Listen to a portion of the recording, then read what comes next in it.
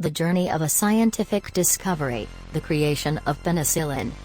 In the early 20th century, life-threatening bacterial infections were rampant, and there was little hope for many. But one accidental discovery in a messy lab would forever change the course of medicine, saving millions of lives. This is the story of how penicillin, the world's first antibiotic, was discovered. A messy laboratory. It's September 1928, and the Scottish bacteriologist Alexander Fleming is standing in his cluttered lab at St Mary's Hospital in London. Petri dishes filled with bacterial cultures are scattered everywhere, some stacked on tables, others forgotten in corners.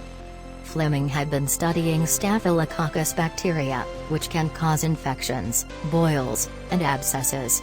He was trying to find ways to combat these dangerous microbes, but his research wasn't going well. Frustrated and tired, he decided to take a short vacation, leaving his lab in a disorganized mess. A fortunate accident. Upon returning from vacation, Fleming began cleaning up the mess he had left behind. As he sorted through the Petri dishes, something unusual caught his eye. One of the plates had been contaminated by a mold, something that should have ruined his experiment. But instead of just throwing it away, Fleming leaned in for a closer look. The mold, later identified as Penicillium notatum, had created a clear, bacteria-free zone around itself, like a shield. This meant that the bacteria surrounding the mold had been killed. Fleming's curiosity was piqued.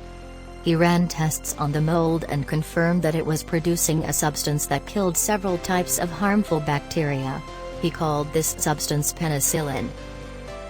Struggles and breakthroughs. Fleming published his findings in 1929, but there was little fanfare. Producing penicillin in large quantities was difficult, and many of his colleagues didn't recognize its potential. For nearly a decade, his discovery remained largely ignored. But the world was changing. The outbreak of World War II increased the demand for effective treatments to fight infections in wounded soldiers. In the early 1940s, two researchers at Oxford University, Howard Florey and Ernst Boris Chain, read Fleming's old paper and decided to take on the challenge of mass-producing penicillin. Through a series of trials and failures, they finally found a way to produce enough penicillin to begin treating infections. By 1945, penicillin was saving thousands of lives on the battlefield, becoming known as a miracle drug. Saving lives and changing medicine. Penicillin revolutionized medicine.